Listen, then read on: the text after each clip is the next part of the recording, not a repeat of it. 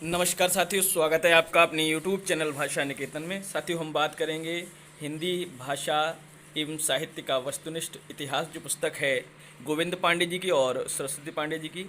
तो इस पुस्तक से साथियों हम पढ़ रहे हैं भाषा, और भाषा के अंतर्गत आज हम पढ़ेंगे आधुनिक भारतीय आर्य भाषा। तो चलिएगा साथियों, शुरू करेंगे आज का वीडियो। और आज का वीडियो शुरू करने से पहले चाहेंगे कि चैनल पर नए हैं तो प्लीज़ चैनल को सब्सक्राइब जरूर कर लीजिए और वीडियो को शेयर भी करिए। तो देखते हैं आज का हमारा पहला बिंदु इसमें दिया है कि आधुनिक आधुनिक भारतीय आर्य भाषा का विकास आरंभ अपभ्रंश से हुआ। आधुनिक भारतीय आर्य भाषाओं का सर्वप्रथम वर्गीकरण डॉक्टर A.R. हर्नेल ने सन 1880 में किया। डॉक्टर हर्नेल ने आधुनिक भारतीय आर्य भाषाओं को 4 वर्गों में विभाजित किया है। देखते हैं।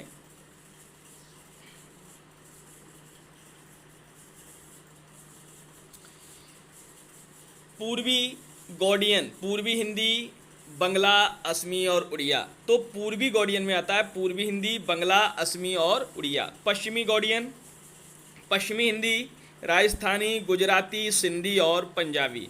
उत्तरी गौड़ियन, गढ़वाली, नेपाली, पहाड़ी। और दक्षिणी गौड़ियन माने मराठी। तो इन 4 वर्गों में विभाजित किया है, और इन 4 वर्गों में विभाजित भाषाओं की ये उपभाषाएं। डॉक्टर हर्नेल के अनुसार जो आर्य मध्य प्रदेश अथवा केंद्र में थे भीतरी आर्य कहलाए, और जो चारों ओर फैले हुए थे बाहरी आर्य कहलाए।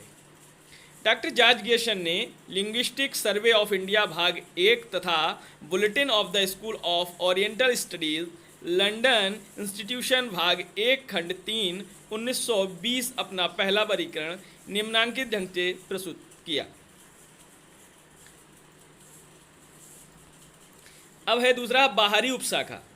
इसके अंतर्गत उत्तरी पश्चिमी समुदाय में लहंदा, सिंधी, दक्षिणी समुदाय में मराठी, पूर्वी समुदाय में उड़िया, बिहारी, बंगला और असमिया, मध्य उपशाखा में मध्यवर्ती समुदाय में पूर्वी हिंदी, और भीतरी उपशाखा में केंद्रीय समुदाय में पश्चिमी हिंदी, पंजाबी, गुजराती, भीरनी, खानदेशी और राजस्थानी। पहाड़ी समुदाय में पूर्वी पहाड़ी अथवा नेपाली, मध्य या केंद्रीय पहाड़ी और पश्चिमी पहाड़ी। डॉक्टर सुनीति कुमार चटर्जी ने गियर्सन के वर्गीकरण की आलोचना ध्वनिगत एवं व्याकरणगत आधारों पर करते हुए अपना वैज्ञानिक वर्गीकरण निम्न वर्गों में प्रस्तुत किया। देखते हैं। पहला है उदीच्य, माने सिंधी, लहंदा और पंजाबी। उदीच्य में कौन कौन सी आएंगी? सिंधी, लहंदा और पंजाबी। अगला है प्रतीच्य, प्रतीच्य में माने राजस्थानी और गुजराती। और ये आ गया मध्य देशीय, मध्य देशीय माने आ गया पश्चिमी हिंदी और पश्चिमी हिंदी। और प्राच्य में पूर्वी हिंदी, बिहारी, उड़िया, असमिया और बंगला। दाक्षिणात्य में मराठी आ जाएगा। डॉक्टर धीरेन्द्र वर्मा ने डॉक्टर चटर्जी के वर्गीकरण में सुधार करते हुए अपना निम्नांकित वर्गीकरण प्रस्तुत किया। उदीच्य में सिंधी, लहंदा और पंजाबी। प्रतीच्य में यहाँ गुजराती है, प्रतीच्य में गुजराती है।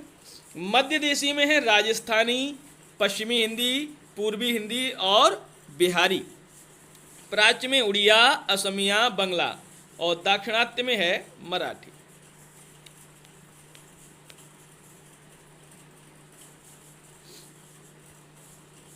देखते हैं। सीता राम चतुर्वेदी ने संबंध सूचक प्रसर्गों के आधार पर अपना वर्गीकरण इस प्रकार प्रस्तुत किया है कि का हिंदी, पहाड़ी, जयपुरी और भोजपुरी।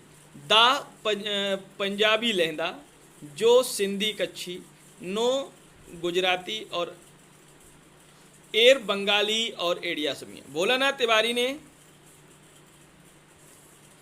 क्षेत्रीय तथा संबद्ध अपभ्रंशों के आधार पर अपना वर्गीकरण इस प्रकार से किया है कि अपभ्रंश और आधुनिक भाषाएं। अपभ्रंश है सौरसेनी अपभ्रंश में मध्यवर्ती, पश्चिमी हिंदी, राजस्थानी, पहाड़ी और गुजराती।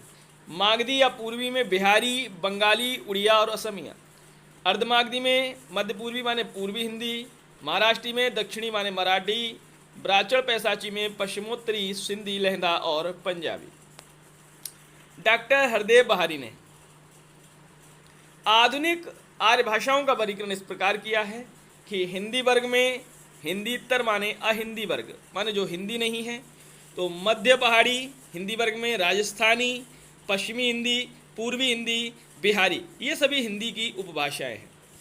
और उत्तरी में नेपाली, पश्चिमी में पंजाबी, सिंधी, दक्षिणी में सिंघली और मराठी, पूर्वी में उड़िया, बंगला और असमिया।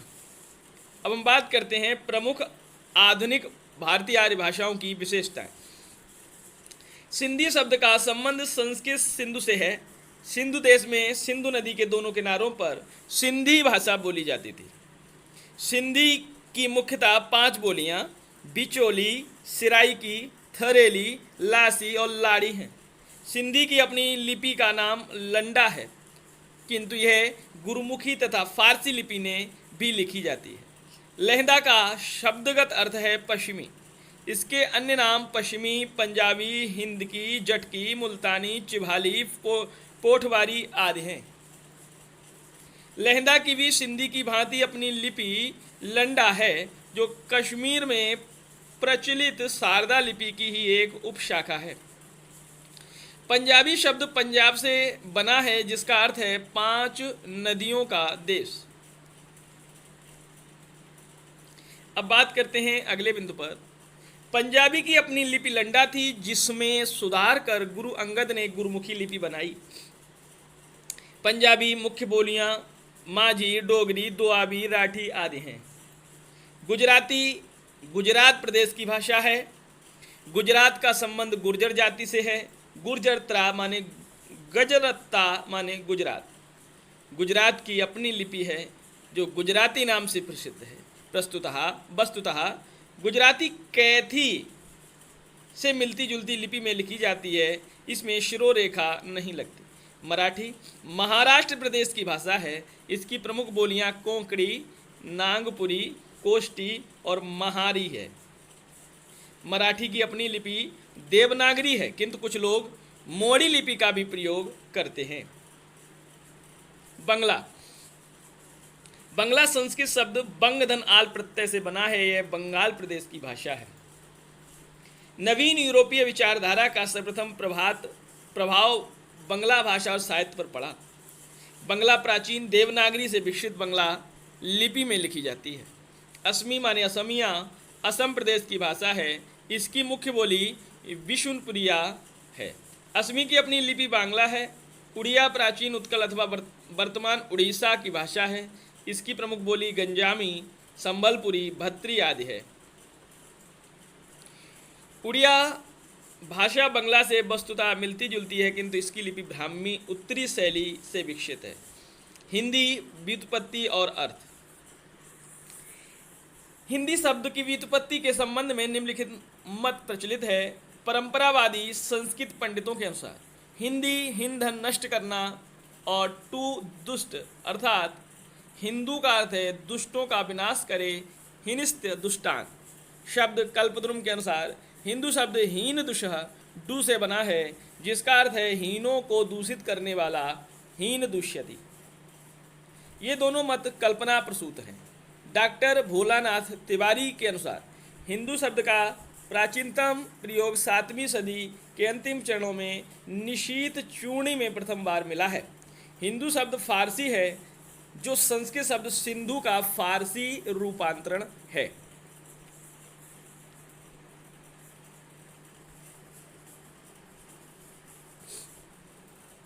सिंधु शब्द का प्रयोग ऋग्वेद के सामान्य रूप से नदी सप्त सिंधव नदी विशेष नदी के आसपास के प्रदेश के लिए हुआ है। 500 ईसा पूर्व के आसपास दारा प्रथम के काल में सिंधु नदी का स्थानीय प्रदेश ईरानी लोगों के हाथों में था।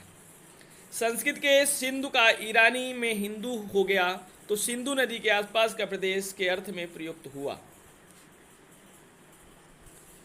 कालांतर में आर्थिक विकास के साथ हिंदू का अर्थ भारत हो गया। इसमें ई पर बलाघात के कारण अंत्य ऊ का लोप हो गया। हिंदू हिंद हिंद शब्द में विशेषणार्थ प्रत्यय ईक जोड़ने से हिंदी शब्द बना, जिसका अर्थ है हिंद का। कालांतर में का लुप्त हो जाने से हिंदी शब्द बना। हिंदी व्याकरण की दृष्टि से विशेषण है जिसका मूल अर्थ है सिंधु। हिंदू, हिंद, हिंदी माने हिंदी। ग्रीक लोगों ने सिंधु नदी को इंदोस, यहाँ के निवासियों को इंदोई तथा प्रदेश के इंदिके अथवा इंदिका नाम से संबोधित किया। इंदिका शब्द अंग्रेजी में इंडिया हो गया।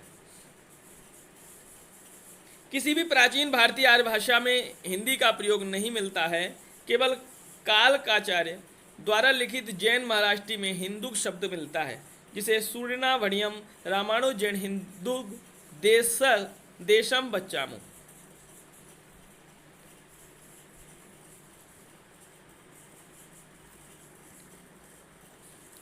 हिंदी के अर्थ में हिंदी शब्द का प्रयोग व विकास।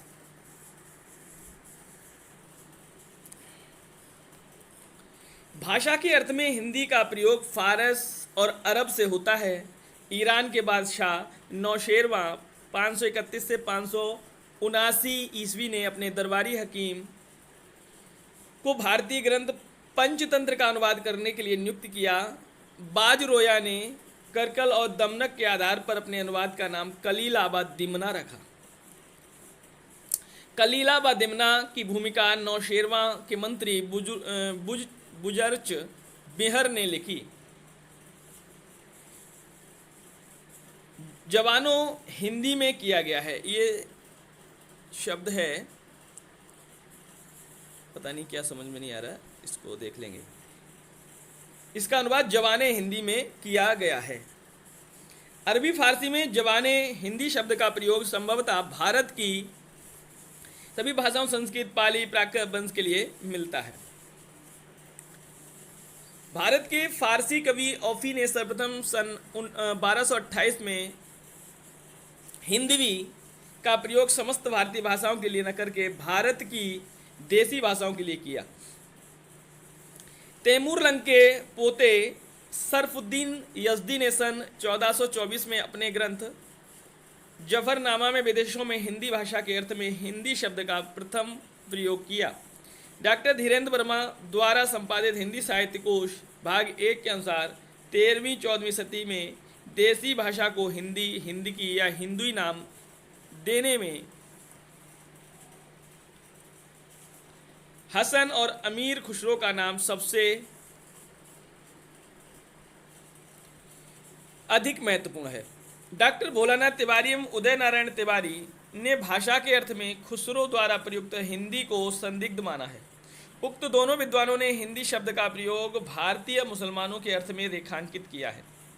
डॉक्टर भोलानाथ तिवारी ने लिखा है, खुसरो ने हिंदी शब्द का प्रयोग भारतीय मुसलमानों के लिए किया और हिंदवी शब्द का प्रयोग मध्य देशी भाषा के लिए।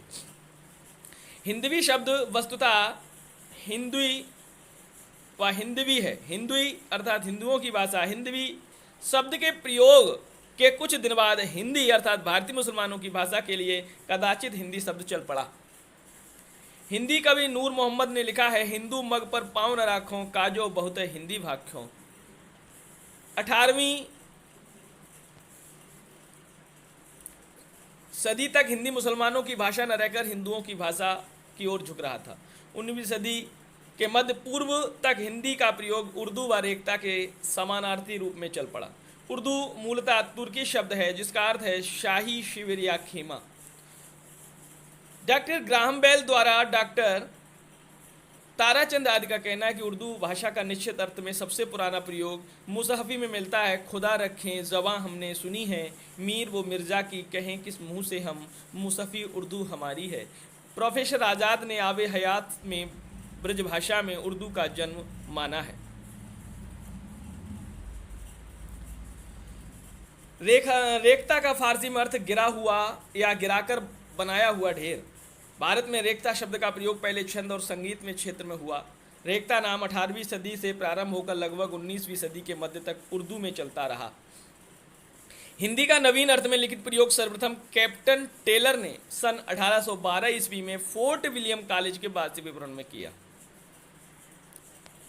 वर्तमान में हिंदी शब्द मुख्यतः निम्न अर्थों में प्रयुक्त हो रहा है। पहला कि हिंदी साहित्य के इतिहास ग्रंथों में हिंदी का अर्थ है हरियाणा, हिमाचल, प्रदेश और उत्तराखंड, दिल्ली, राजस्थान, उत्तर प्रदेश, मध्य प्रदेश, बिहार की भाषा, इस पूरे क्षेत्र की हिंदी प्रदेश कहते हैं।